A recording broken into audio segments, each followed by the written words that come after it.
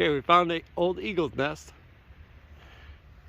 And we're looking underneath the tree and we're finding all kinds of animal bones that the eagle's eaten and a weird mushroom. That's cool. That's cool.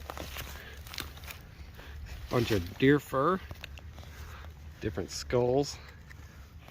I don't even know what they all are. That looks like a fish scale. Deer bones, raccoon maybe, giant owl pellet, deer leg, and some more skulls. And that looks like it might be a bird. Pretty cool, huh guys? Yeah.